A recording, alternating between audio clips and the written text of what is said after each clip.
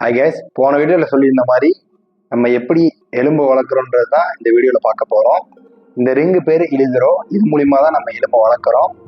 இது வந்து டிஸ்ட்ராக்ஷன் ஆஸ்டியோஜெனிசிஸ்ன்ற ஒரு மெத்தட் படி செயல்படுத்து.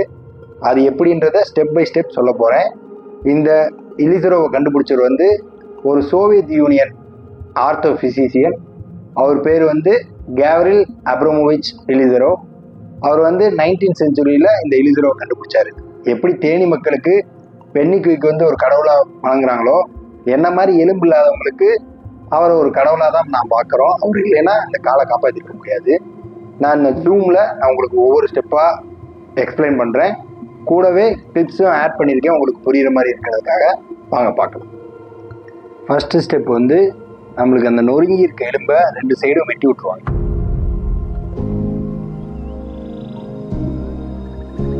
வெட்டி விட்டுட்டு இந்த காலை வந்து ஸ்டேபிள் ஆக்கிறதுக்காக 2 பக்கமும் ரிங்கை ஃபஸ்ட்டு போட்டுருவாங்க.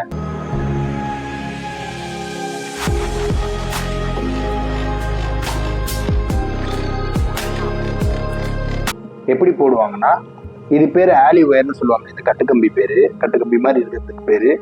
அது நம்ம எலும்புக்குள்ள உள்ள விட்டு அந்த பக்கம் வெளியே எடுத்து ஸ்க்ரூ பண்ணிடுவாங்க. இந்த மாதிரி நம்மளுக்கு பண்ணிட்டு இந்த 2 பக்கமும் ஸ்ட்ராங் பண்ணிடுவாங்க. ஸ்ட்ராங் பண்ணிட்டு அதுக்கப்புறம் நம்மளுக்கு எந்த சைடு எலும்பு வந்து நீளமாக இருக்கோ அந்த சைடு நம்மளுக்கு ஒரு செக்மெண்ட்டில் வெட்டி விடுவாங்க. அதுக்கு ஃபர்ஸ்ட் வந்து இங்கே இருக்கு பாருங்க, இங்கே ஒன்று இருக்கு பாருங்க. இதே மாதிரி இந்த மாதிரி ஒரு பின்னை வந்து ஃபர்ஸ்ட் வந்து அந்த எலும்பில் உள்ள போட்டுருவாங்க. போட்டுட்டு அதுக்கப்புறம் ஒரு பார்ட் வந்து ஒரு செக்மெண்ட்டில் வந்து வெட்டி விட்டுருவாங்க.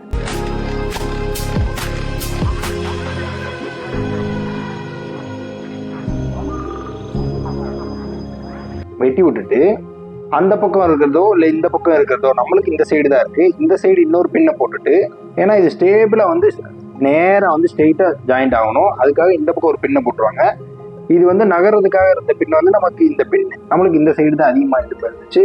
இந்த சைடு அப்படியே வெட்டி விட்டுட்டு அப்படியே கொஞ்சம் கொஞ்சமாக ஒரு நாளைக்கு 1 mm நகர்த்தலாம். அது வரைக்கும் தான் நம்மளுக்கு எலும்பு வளரும். நகர்த்தும் போது அந்த போன் மட்டும்தான் நகரும். உள்ளுக்குள்ளே இருக்க போன் மேலே வந்து அப்படியே தான் இருக்கும். நம்ம டிஸ்ட்ராக்ட் பண்ணிக்கிட்டே இருக்கோம். ஒன்றுமே பண்ண பண்ண பண்ண பண்ண அது வந்து கொஞ்சம் கொஞ்சமாக அது வந்து எலும்பு வளரும்.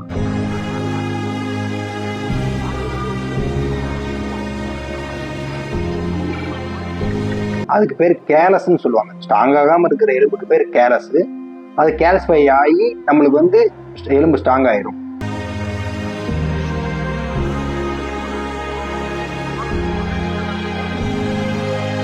இதுதான் ப்ரொசீஜர். அப்படியே நகர்ந்து நகர்ந்து நகர்ந்து வந்து வந்து வந்து இந்த சைடு இந்த எஜ்ஜில் இருக்கிறதோட ஜாயிண்ட் ஆயிடும். நேராக ஜாயிண்ட் ஆகிட்டா பிரச்சனை இல்லைங்க. அப்படி நம்ம நேராக ஜாயிண்ட் ஆகாமல் கொஞ்சம் கிராஸாக ஜாயிண்ட் ஆயிடுச்சுன்னா நம்மளுக்கு மாதிரி அதை டாக்கிங் ப்ராசஸ்னு இன்னொரு சர்ஜரி பண்ணுவாங்க. நேராக வச்சு ஜாயின் பண்ணிடுவாங்க.